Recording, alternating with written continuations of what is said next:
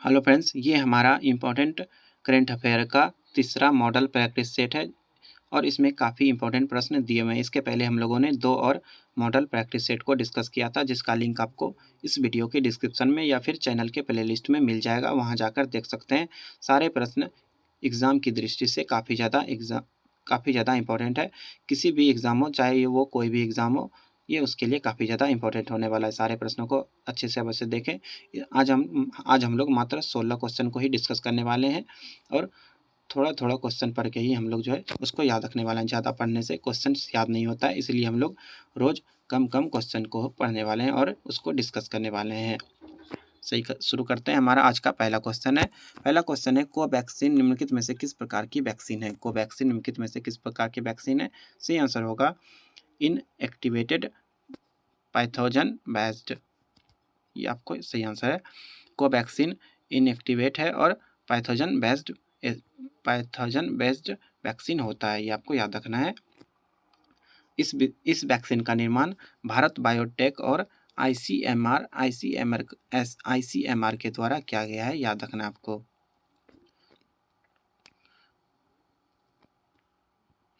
अगला क्वेश्चन देखते हैं। मिस वर्ल्ड 2023 का आयोजन भारत के किस शहर में किया जाएगा? मिस वर्ल्ड 2023 का आयोजन भारत के किस शहर में किया जाएगा? ये हो भी चुका है, कहाँ पे हुआ था ये बताना है। सही आंसर होगा श्रीनगर में। श्रीनगर जम्मू कश्मीर में, यहीं पे मिस वर्ल्ड 2023 का 71वां संस्करण आयोजित हुआ था, याद रखना है। भारत के तरफ से अब तक 6 महिला ने मिस वर्ल्ड का खिताब जीता है। रीता फारिया, ऐश्वर्या राय, डायना हैडन, युक्ता मुखी, प्रियंका चोपड़ा और मानुषी छिल्लर, इन सब ने जीता है मिस वर्ल्ड का खिताब। राष्ट्रीय न्यायिक विज्ञान विश्वविद्यालय का पहला विदेशी परिसर किस शहर में स्थापित किया गया है? राष्ट्रीय न्यायिक विज्ञान विश्वविद्यालय NFSU का पहला विदेशी परिसर किस शहर में स्थापित किया गया है? सही आंसर क्या होगा? इसका सही आंसर होगा जिंजा, युगांडा में। जिंजा, युगांडा में राष्ट्रीय न्यायिक विज्ञान विश्वविद्यालय का पहला विदेशी परिसर ये स्थापित हुआ है और इसको जो है फोरेंसिक अध्ययन के लिए विश्वविद्यालय बनाया गया है। यहाँ पे फोरेंसिक टेस्ट वगैरह होता है। हाल ही में भारत के किस शहर में अंडर वाटर मेट्रो रेल का संचालन शुरू किया गया? हाल ही में भारत के किस शहर में अंडर वाटर मेट्रो रेल का संचालन शुरू हुआ है, ये बताना है। सही आंसर होगा कोलकाता। कोलकाता में हाल ही में अंडर वाटर मेट्रो रेल का शुरू हुआ है और ये हुगली नदी के नीचे बनाया गया है। कोलकाता मेट्रो 1984 में शुरू हुआ था और ये भारत की पहली मेट्रो परियोजना थी। अब वाटर मेट्रो भी बनने वाला है हुगली नदी के नीचे, याद रखना है। पश्चिम बंगाल का मुख्यमंत्री कौन है? ममता बनर्जी जी हैं। राज्यपाल CB आनंद बोस हैं। ये सभी भी आपको याद रखना है। अगला क्वेश्चन, 5वां क्वेश्चन, 9वां ICC महिला T20 क्रिकेट विश्व कप का आयोजन किस देश में किया जाएगा? 9वां ICC महिला T20 क्रिकेट विश्व कप का आयोजन किस देश में किया जाएगा? सही आंसर होगा बांग्लादेश। बांग्लादेश में आयोजन किया जाएगा, याद रखना है। निम्नलिखित में से किस मंत्रालय के द्वारा ई सारस ऐप लॉन्च किया गया? निम्नलिखित में से किस मंत्रालय के द्वारा ई सारस ऐप को लॉन्च किया गया, ये बताना है। सही आंसर होगा ग्रामीण विकास मंत्रालय। ग्रामीण विकास मंत्रालय के द्वारा ई सारस ऐप को बनाया गया है और इसका उद्देश्य है स्वयं सहायता समूह से जो महिलाएं होती हैं उनको ई-कॉमर्स से जोड़ना। स्वयं सहायता समूह की जो महिलाएं होती हैं उनके द्वारा बनाए गए उत्पाद को ई-कॉमर्स से जोड़ना, ये इसका उद्देश्य है, याद रखना आपको। निम्नलिखित में से किस मेट्रो के द्वारा कार्बन लाइट मेट्रो ट्रेवल नामक पहल की शुरुआत की गई है? निम्नलिखित में से किस मेट्रो के द्वारा कार्बन लाइट मेट्रो ट्रेवल नामक पहल की शुरुआत की गई है, ये बताना है। सही आंसर होगा, इसका सही आंसर क्या होगा? यहाँ पे ऑप्शन दिया होगा। सही आंसर होगा दिल्ली मेट्रो। दिल्ली मेट्रो के द्वारा कार्बन लाइट मेट्रो ट्रेवल नामक पहल की शुरुआत की गई है। कार्बन लाइट मेट्रो ट्रेवल, इसका क्या उद्देश्य है? यात्रियों को सड़क पर मोटर वाहन इस्तेमाल करने के बजाय मेट्रो की सवारी का विकल्प चुनने के लिए इसमें उनको बताया जाता है कि मेट्रो को चूज करना है, सड़क मोटर वाहन को यूज नहीं करना है, ऐसा इसमें बताया जाता है। निम्नलिखित में से किसको बायजूस का ब्रांड एम्बेसडर बनाया गया है? बायजूस का ब्रांड एम्बेसडर किसको बनाया गया है? बायजूस का ब्रांड एम्बेसडर, नया जो ब्रांड एम्बेसडर है उन लियोनल मेसी को बनाया गया। ये फुटबॉलर है, याद रखना है।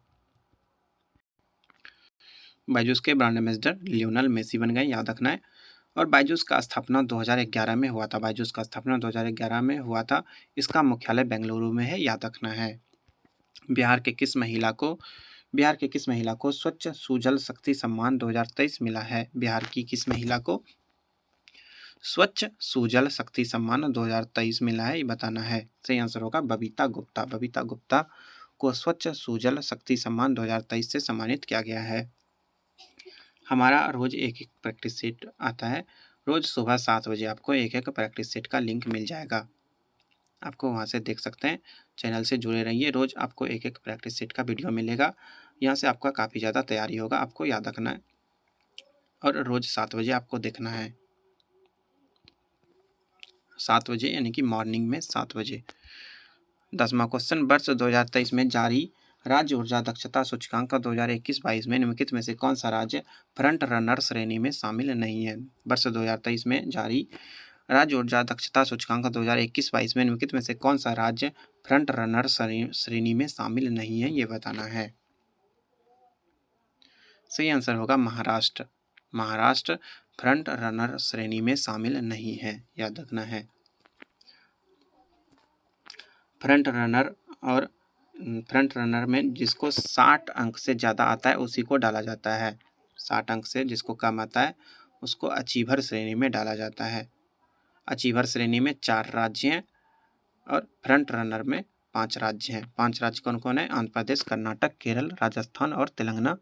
ये सभी 5 राज्य फ्रंट श्रेणी के अंतर्गत हैं। केंद्रीय बजट 2023-24 के अनुसार 9 से 12 लाख रुपया वार्षिक आय पर कितना प्रतिशत व्यक्ति आयकर सुनिश्चित किया गया है? 9 से 12 लाख रुपये पर कितना वार्षिक आय सुनिश्चित किया गया, ये बताना है। सही आंसर होगा 15%। 15% इसका सही आंसर है। 9 से 12 लाख रुपया है तो इस पर 15% टैक्स देना पड़ेगा। और अगर 12 है तो आपको 20% टैक्स देना पड़ेगा। और अगर आपको 15 लाख से ज़्यादा है, 15 लाख रुपया से ज़्यादा है तो 30% देना पड़ेगा, ये आपको याद रखना है। और 3 लाख रुपये तक शून्य देना पड़ता है, 0 से 3 लाख रुपये तक शून्य देना पड़ता है, याद रखना है। पावर फाइनेंस कॉर्पोरेशन लिमिटेड की पहली महिला अध्यक्ष और प्रबंधक निदेशक कौन बनी है? पावर फाइनेंस कॉर्पोरेशन लिमिटेड की पहली महिला अध्यक्ष और प्रबंधक निदेशक कौन बनी है, ये बताना है। सही आंसर होगा परमिंदर चोपड़ा। परमिंदर चोपड़ा को पावर फाइनेंस कॉर्पोरेशन लिमिटेड की पहली महिला अध्यक्ष और प्रबंधक निदेशक बनाया गया है, ये आपको याद रखना है।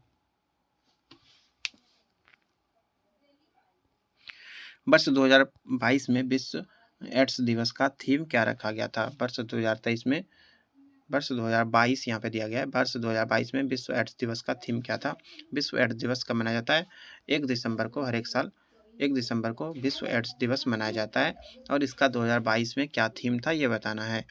सही आंसर होगा इक्वलाइज। इक्वलाइज इसका थीम था, ये आपको याद रखना है। एड्स का फुल फॉर्म क्या होता है? एक्वायर्ड इम्यून डेफिशिएंसी सिंड्रोम, ये आपको याद रखना है। और ये विषाणु से फैलने वाला बीमारी होता है। क्वेश्चन नंबर 14, महिला विश्व मुक्केबाजी चैंपियनशिप 2023 में भारत ने कितना स्वर्ण पदक जीता है? महिला विश्व मुक्केबाजी चैंपियनशिप 2023 में भारत ने कितना स्वर्ण पदक जीता है, ये बताना है। सही आंसर होगा भारत ने 4 स्वर्ण पदक जीता है महिला विश्व मुक्केबाजी चैंपियनशिप 2023 में, याद रखना है। 4 गोल्ड मेडल जीता है। पहला नीतू घनघास ने जीता है, स्वीटी बुरा ने जीता है और लवलीना बोरगोहेन ने भी जीता है। आयोजन इसका नई दिल्ली में हुआ था और ये 13वां संस्करण था। महिला विश्व मुक्केबाजी का 13वां संस्करण था, नई दिल्ली में हुआ था, भारत में, याद रखना है। निम्नलिखित कथनों पर विचार कीजिए। यहाँ पे कथन दिया गया है, इस पे विचार करना, ऐसा क्वेश्चन दिया गया है। पहला कथन है, इंटरनेशनल बिग बैट अलायंस को गृह मंत्री अमित शाह के द्वारा लॉन्च किया गया। ये गलत है, ये अमित शाह के द्वारा लॉन्च नहीं किया गया था, ये हमारे मोदी जी के द्वारा लॉन्च किया गया था। नरेंद्र मोदी प्रधानमंत्री के द्वारा ये लॉन्च हुआ था, इंटरनेशनल बिग कैट अलायंस, याद रखना आपको। इसके बाद है इंटरनेशनल बिग कैट अलायंस विश्व के 8 बड़े कैट्स के लिए बनाया गया है। 8 बड़े कैट्स के लिए बनाया गया है, ये भी गलत है। ये 7 बड़े कैट्स के लिए बनाया गया है। 7 बड़े कैट्स के लिए बनाया गया है, याद रखना है। 7 बड़े कैट्स किसको बोलते हैं? 7 बड़े कैट्स कौन कौन होते हैं? ये बिल्ली नहीं बोला जा रहा है यहाँ पे। 7 कैट्स का मतलब है बाघ, शेर, तेंदुआ, हिम तेंदुआ, पहाड़ी बिलाव, जगुआर और चीता, ये सभी 7 कैट्स हैं।